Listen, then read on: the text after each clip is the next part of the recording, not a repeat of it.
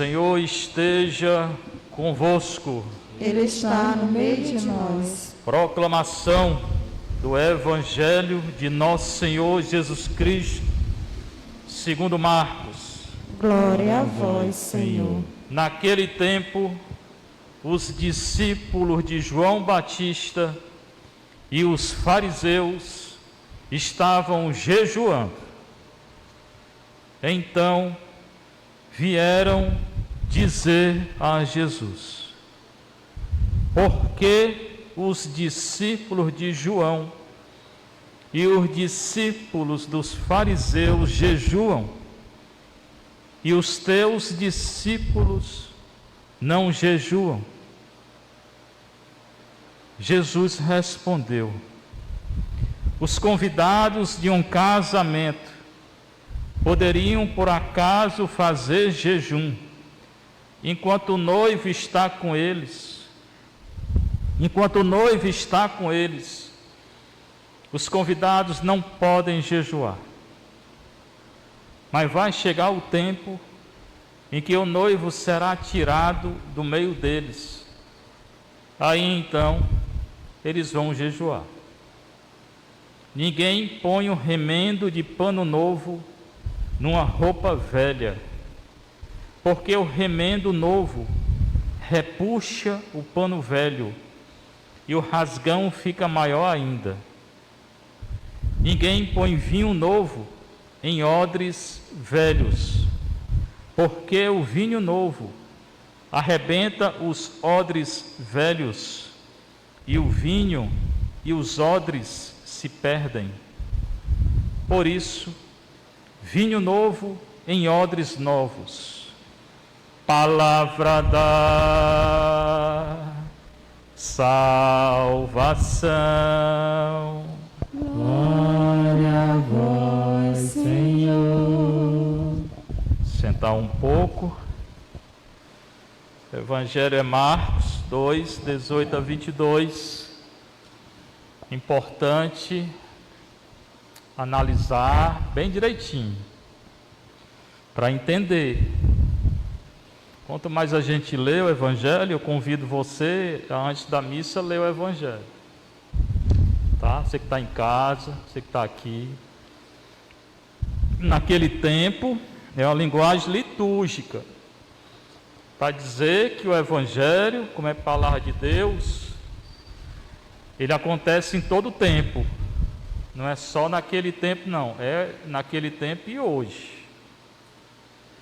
Na hora que é anunciada, a palavra de Deus acontece. Mas acontece no coração que acredita, que tem fé. Se não acreditar, não acontece não. Né? Os discípulos de João Batista, ontem nós conhecemos dois. Quem são?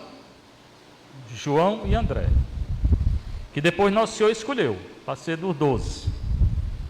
O discípulo de João Batista e os fariseus estavam jejuando. Fariseu eu já expliquei, mas eu sempre repito para recordar. Quando Jesus nasceu, tinham de 4 a 5 grupos religiosos naquela época. Hoje tem um bocado de partido aí, político. Na época não era nem partido político, era grupo religioso. Fariseu, saduceu, essênio, zelota e herodiano. 5. Fariseus são esses daqui que ele está falando. Fariseu segue a lei e inventa a lei. Eles criam lei. Nem todos eram ruins, porque acreditavam na ressurreição, nos anjos, eles acreditavam. O povo gostava muito deles, porque eles ensinavam o povo. O problema com eles, qual era o problema? Que alguns eram hipócritas, falavam e não faziam. Como hoje está cheio, dentro da igreja e fora da igreja. Aquela pessoa que ensina, isso é certo, isso é errado, isso é certo, e aí faz o contrário. Então esses eram fariseus. Nosso Senhor tem muitas discussões dele com os fariseus. Ele vai até amaldiçoar os fariseus quando ele diz: ai de vós, fariseus hipócritas. Está no final do Evangelho de Mateus, pode ler. Isso é maldição. A Bíblia não tem maldição não, não tem para você, porque ela tem. O antigo é que tem B. Então, o fariseu segue a lei. Tem gente que pensa que fariseu é aquele que segue a lei. Não. É aquele que segue a lei e cria a lei. São os costumes. Só para você ter uma ideia. Quantos mandamentos Deus deu a Moisés? 10. Quantos mandamentos tem a igreja? 5. 10 mais 5 são quantos? 15. Muito bem. Sabe quantos mandamentos tinha que os fariseus tinham inventado na época que Jesus vivia? 613. Dá para decorar 613? Dá para decorar? Não. Nem eles decoravam. Era mandamento de tudo. Alguns eu já falei. Você entrava na casa de um morto, segundo o que eles inventavam, aí você estava impuro por causa do morto. Aí tinha que tomar banho, senão estava impuro. Tem uma série de coisas. O seu animal caía num poço no dia de sábado, não podia tirar. Só que eles tiravam. Eram hipócritas. Então eles inventavam lei que não tinha nada a ver, né? E muitas vezes não seguiam a lei. Esses eram os fariseus. Saduceu era um sacerdote. Eles seguiam só a lei, ele não seguia a tradição não. Essa lei dos fariseus ele não seguia não, só seguia a lei. E a lei para eles era o Pentateuco. Os 5 livros iniciais. Quais são? Gênesis, Êxodo, o que mais? Números, Levítico e Deuteronômio. A Bíblia deles era só essa. Eles eram ricos, porque quando eles pecavam, eles tinham que oferecer animal para Deus, né? Nossa Senhora ofereceu 2 passarinhos quando ela foi se apresentar, não foi isso que a gente viu? Foi. Quando o pecado era grande, ali era um rito de purificação, porque ela tinha dado à luz, derramado sangue e ofereceu 2 passarinhos. Ela tinha que comprar o passarinho e oferecer. Matava o passarinho, metade oferecia a Deus numa fogueira, no altar lá, e metade era do sacerdote, a carne. Passarinho não vale nada, mas um carneiro, um bode, um boi. O pecado era grande, oferecia um boi, metade era do sacerdote. Numa cultura que não tinha muita carne e que pouca gente comia carne porque eram pobres, eles tinham carne todo dia. Ainda vendiam os animais. Todo aquele comércio em frente à igreja. Aí em frente ao templo eles tinham boi, bezerro, carneiro, pombo para vender para o sacrifício. Foi quando Nosso Senhor entrou uma vez, viu aquele comércio, deu um chute e expulsou todo mundo. Casa de meu pai é casa de oração. Não quero essa vagabundagem aqui dentro não. Mandou todo mundo embora. Então os saduceus eram o sacerdote, o povo não gostava deles, porque eram ricos, viviam desse comércio no templo, né? Ganhando dinheiro. Zelota é o PT da época. Opa, vou ser processado. O zelota, eles lutavam contra os romanos. Na época que Jesus nasceu, os romanos, o Império Romano, era quem dominava lá em Israel. Tá?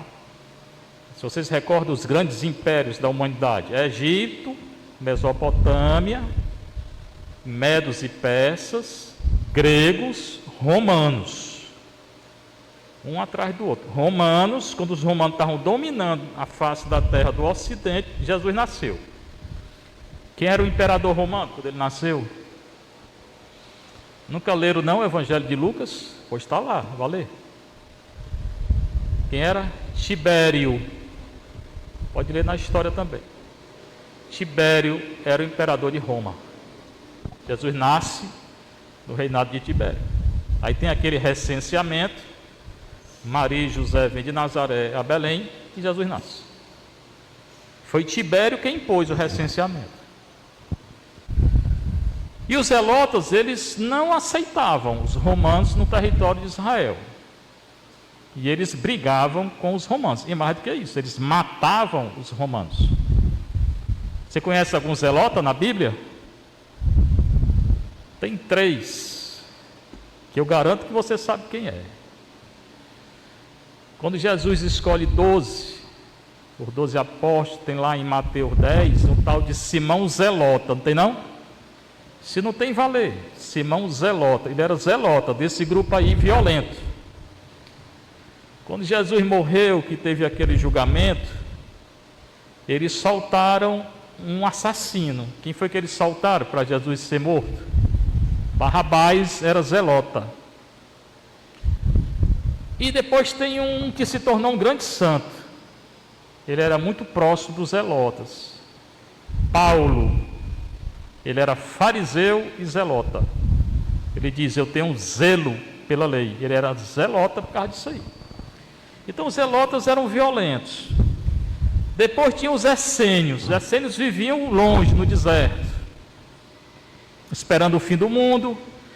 Viviam em comunidade, tinham leis próprias. Muitos historiadores dizem que João Batista era essênio, que ele vivia no deserto. No ano de 1950, há 70 anos atrás, lá na comunidade dos essênios, eu estive lá há 3 anos. E eu fiz um curso de 1 mês lá, em Israel. Estive lá nessa comunidade.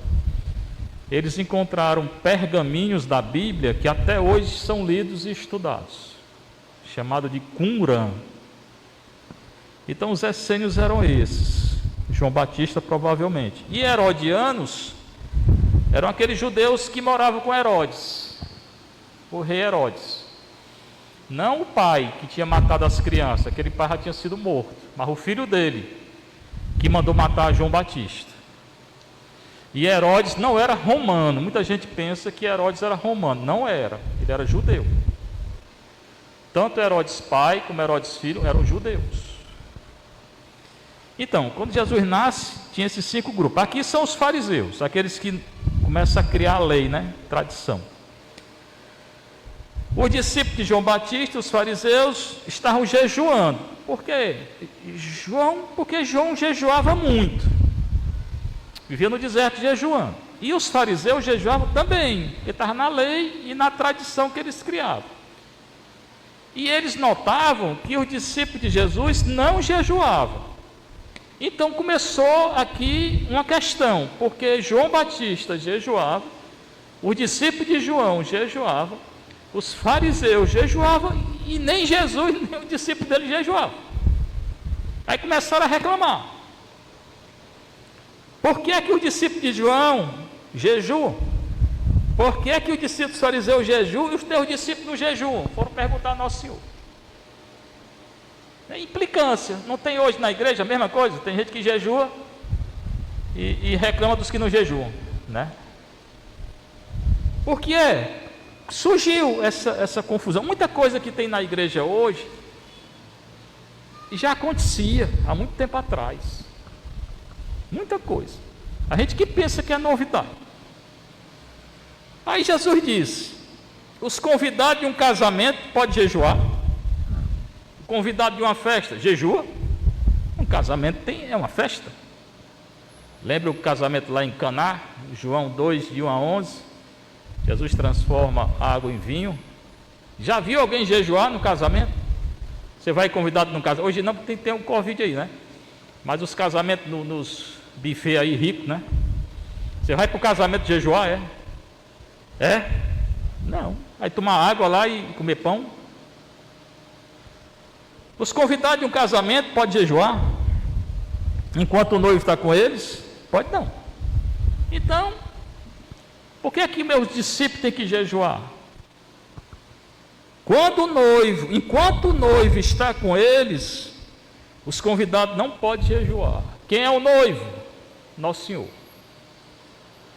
Então, o relacionamento de Nosso Senhor com a igreja É um relacionamento de casamento. A igreja é a noiva e Nosso Senhor é o noivo. Só que a igreja é cada um de nós. Então, enquanto Jesus estava com eles, ali fisicamente, eles não poderiam jejuar. Quando Nosso Senhor fosse tirado, morto, aí eles iam jejuar. Entendeu a frase ou não? Enquanto Jesus estava vivo, eles não tinham que jejuar, não. O noivo estava lá. Mas quando o noivo vai chegar o tempo, ele diz, em que o noivo será tirado do meio deles, aí eles vão jejuar. Quando Jesus morrer e ressuscitar, aí eles vão jejuar. Por isso que o jejum é válido hoje. E Jesus já morreu e já ressuscitou. E Nossa Senhora lá em Medjugorje, ela pede, né? O jejum, quarta e sexta. A Igreja Católica coloca como obrigatório quarta-feira de cinzas e sexta-feira santa, jejum mesmo. É a pão e água que a igreja ensina? Não. O jejum da igreja, quarta-feira de cinzas, está chegando. E sexta-feira santa é você deixar uma refeição. Ou deixa o café, ou deixa o almoço, ou deixa o jantar. Agora, quem quiser jejuar, põe água e jejue. Quem puder. Também a igreja não é contra. Mas o que a igreja diz é pão e água. Quem quiser. O jejum mesmo, quarta-feira de cinza, sexta-feira santa, tem que tirar uma refeição. Além disso, na quaresma, 40 dias de penitência. Aí a penitência pode ser o quê? Tire a carne durante 40 dias, tire uma coisa que você goste, deixe de falar dos outros. É um grande jejum. Jejum da língua. Deixe de brigar. É outro jejum. Não precisa ser só de carne, nem de alimento. Tem vários jejuns. Mas obrigatório na Igreja Católica são 2 dias. Esse que eu falei, quarta-feira de cinza, sexta-feira santa. E Jesus depois, nos 2 versículos finais, ele fala 2 frases que tem que entender. Ninguém põe um remendo de pano novo numa roupa velha. Por exemplo, você vai costurar uma calça jeans nova, bem novinha. Aliás, hoje nem costura mais, né? Porque essas meninas compram a calça tudo rasgado no joelho, né? É tudo rasgado, no joelho, na canela, todo canto, né? Eu nem entendo. E aqui a gente ainda aceita porque o clima é quente. E se vai para o sul com aquelas calças tudo rasgadas, com frio medonho, né? Não sei como é que aguenta, né? Mas na Itália é do mesmo jeito, as calças rasgadas. Uma vez veio confessar na Itália, minha filha, você não está com frio não? Ajeita essas calças, né? Pelo amor de Deus, né? Então, Jesus fala o seguinte: ninguém põe um remendo de pano novo numa roupa velha. Você tem um jeans bem novinho, aí ele rasgou um pedação. Você vai botar um pano velho, vai, no jeans novo, vai? Não. Por quê? Ele vai dizer. Porque o remendo novo é o contrário. Eu falei, estou falando. É o contrário. Você tem um jeans velho, e esse jeans velho rasgou. Aí você não vai colocar um pano novo no jeans velho. Por quê? Segundo Nosso Senhor, o pano novo puxa a roupa velha. É assim mesmo, é? A mulher que sabe costurar, é assim? É assim? É ou não é? Nosso Senhor está certo? Então o que Nosso Senhor está dizendo? Se você tem um jeans, uma roupa velha, uma calça velha, se você coloca e ela rasgou, se você colocar um pano novo, o pano novo vai puxar, vai ficar aquela coisa mal feita, né? E pode rasgar de novo, né? Se você põe um vinho novo em uma jarra velha, uma jarra, só que aquela jarra, eles falam em odre. O odre é um recipiente de couro, onde ele colocava o vinho. Se esse couro está velho, está gasto, e você coloca um vinho novo, o vinho vai romper aquele couro e vai derramar. Então, o remendo de pano novo vai puxar a calça velha e o vinho novo vai derramar. É isso que ele está dizendo. Aí eu pergunto, por que ele está dizendo isso? O que ele está dizendo é isso. Eu quero saber por quê. Alguém pode explicar? No final ele diz: vinho novo em odres novos. O que ele está dizendo com isso? Não adianta entender sem chegar onde ele quer chegar, não. Vou repetir. Ninguém coloca um remendo novo numa roupa velha, porque o remendo vai puxar. Não coloca vinho novo no recipiente velho, porque o vinho vai derramar. O que ele está dizendo com isso? Os fariseus estão na antiga aliança. Jesus é a nova aliança. Não se mistura nova aliança com antiga aliança. Se os fariseus querem jejuar, que jejue. Eles são da antiga aliança, é a roupa velha, é o odre velho. O remendo novo e o vinho novo é a nova aliança. Não se mistura nova aliança com antiga aliança. Aqui ele está falando para os fariseus. Entenderam ou não? Aqui ele está falando para os fariseus. Então, querem jejuar, fariseu? Jejue e me deixe em paz. Não se mistura a doutrina dos fariseus com o Novo Testamento. Pouca gente entende esse negócio aqui. A primeira leitura da carta aos Hebreus, foi escrita para os Hebreus. Não vou ler tudo não, porque se eu for ler tudo, ninguém sai daqui hoje, né? Mas ele fala do sumo sacerdote e do sacerdócio antigo. Os judeus tinham uma tribo que era toda dedicada ao sacerdócio, a tribo levita. Você conhece algum sacerdote da antiga aliança, dos levitas? Tem dois muito importantes. Moisés era sacerdote. Arão, o irmão dele, sacerdote. Ele vai dizer que esse sacerdócio da antiga aliança foi superado por um novo sacerdote, que é Cristo. Cristo é superior a qualquer sacerdote da antiga aliança. O sumo sacerdócio dele é superior e anterior, porque ele é sacerdote segundo a ordem de Melquisedeque. E Melquisedeque viveu antes de Moisés. E quem deu o sacerdócio foi a lei de Moisés. E uma lei anterior vale mais do que uma lei posterior. Tem esse sentido. Porque ele é sacerdote segundo a ordem de Melquisedeque, que é anterior à lei que instituiu o sacerdócio. E ele é muito superior do que Moisés, que Arão e todo mundo. Só que tem 3 versículos aqui que é o que eu quero ler. O Filho, Cristo, aprendeu a obediência pelo sofrimento. Então, o sofrimento pode nos resgatar, pode nos ressuscitar. Por que é que tanta gente foge do sofrimento, meu Deus? Tudo bem. Se é um sofrimento que você foi atrás, então aguente. Mas se é algo que Deus está permitindo na sua vida, aceite. Aceite. Qual é o sofrimento que eu vou atrás? Se você pegar a sua moto aí a 400 km por hora, passar no sinal vermelho, qual é a consequência? Ou você mata ou você morre. Aí acontece um acidente, foi Deus. Deus corre nenhum, foi você. Bote a culpa em Deus não. Mas se você está bem direitinho, seguindo todas as orientações da igreja e tal, máscara, gel, e acontece alguma coisa, aceite. Você não foi atrás. Então, Cristo aprendeu a obediência pelo sofrimento. Então, se Deus está permitindo, não é que Deus dá sofrimento, não.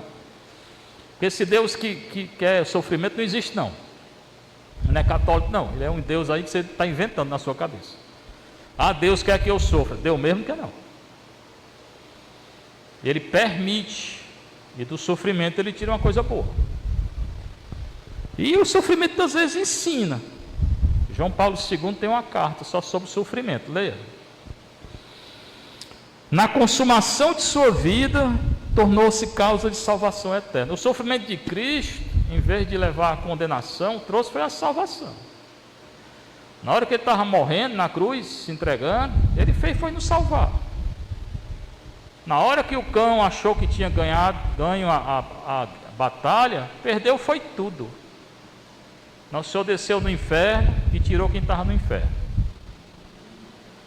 A morte dele foi a morte total do Satanás, que já estava morto. Então o sofrimento, a cruz, foi o resgate. E o teu sofrimento, o meu sofrimento associado ao sofrimento de Cristo, também traz resgate, salvação, para mim e para os outros. Se a gente entender. Para todos os que ele obedece. Mas esse sofrimento associado a Cristo só traz redenção para quem obedece, irmãos. Que eu falei todos esses 5 anos que eu estou aqui de obediência. Tinha gente que quando eu falava de obediência chega a balançar a cabeça. As orelhas chegam a pegar fogo. Eu vi até fumaça sair de orelha de gente aqui quando eu falava de obediência. Né? Obediência. Obediência à Igreja Católica. Quando a gente obedece, ontem eu falei, a gente não peca. Peca quem não obedece. Santa Teresa d'Ávila, quem obedece não peca. Certamente, quando eu digo obedecer à Igreja Católica, obedecer quando nos é dito uma coisa correta. Né? Eu tenho que obedecer o que não é pecado. Claro que a igreja não vai mandar a gente pecar, né? Mas a gente obedece um superior desde que o superior não mande pecar. Se mandar pecar, não obedece, pronto. A questão é sempre não pecar.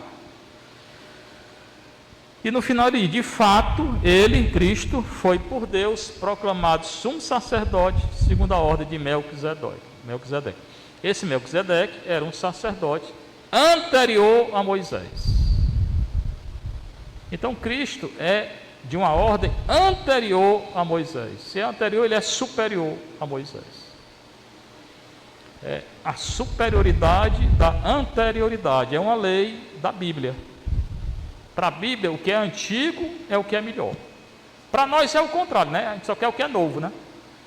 Muitas vezes a gente despreza os anciãos. Pois para a Bíblia, o que vale mais é o ancião, não é o novo, não. Para a Bíblia, para Deus, o que vale mais é o antigo, não é o novo, não. Por isso que essas novidades aí, tudinho, hoje, matrimônio civil, pessoa do mesmo sexo, ideologia de gênero, vi falando, né? Tudo isso aí, essas novidades, nada é contra a lei de Deus, que é anterior a isso. Divórcio, tudo isso. Destruição de natureza, legalização da droga, aborto, tudo isso a lei de Nosso Senhor condena, e uma lei que é anterior. Tá? Corrupção política, né? Generalizada. A gente vive num país de corrupção. Toda hora os escândalos aí. Bem, é isso. Primeira leitura, então, a gente aprende a obedecer pelo sofrimento. E quando associa o nosso sofrimento ao sofrimento de Cristo, se a gente obedecer. Senão não adianta não. O Salmo fala disso. Tu és sacerdote eternamente, segundo a ordem do rei Melquisedeque. Quem é Melquisedeque? Sacerdote que viveu antes de Moisés. Foi anterior. Está lá no Gênesis. O Abraão pagou um dízimo a ele. Então ele é da época do Abraão, anterior a Moisés. Então é superior a Moisés, superior ao sacerdócio de Moisés e o sacerdócio que Moisés instituiu pela lei, que está no Levítico, que foi dado por Moisés segundo a tradição. Então Cristo é superior a Moisés, superior a Abraão, porque Abraão pagou o dízimo, superior a todos. E por que ele está falando de Cristo em relação a Moisés e Abraão? Porque é a carta aos Hebreus, é uma carta direcionada aos judeus, que eles sabiam toda essa história do Abraão e de Moisés. São leituras muito importantes, é bom a gente ler e reler. A gente tem uma dificuldade de ler a palavra de Deus, eu não sei porquê. Eu, como tive aquela aproximação da igreja, a primeira coisa que eu fiz foi ler, começar a ler a palavra de Deus. Aí eu li 13 vezes, todinha, aí fui estudar grego, hebraico, aramaico para entender. Faz 40 anos que eu estudo.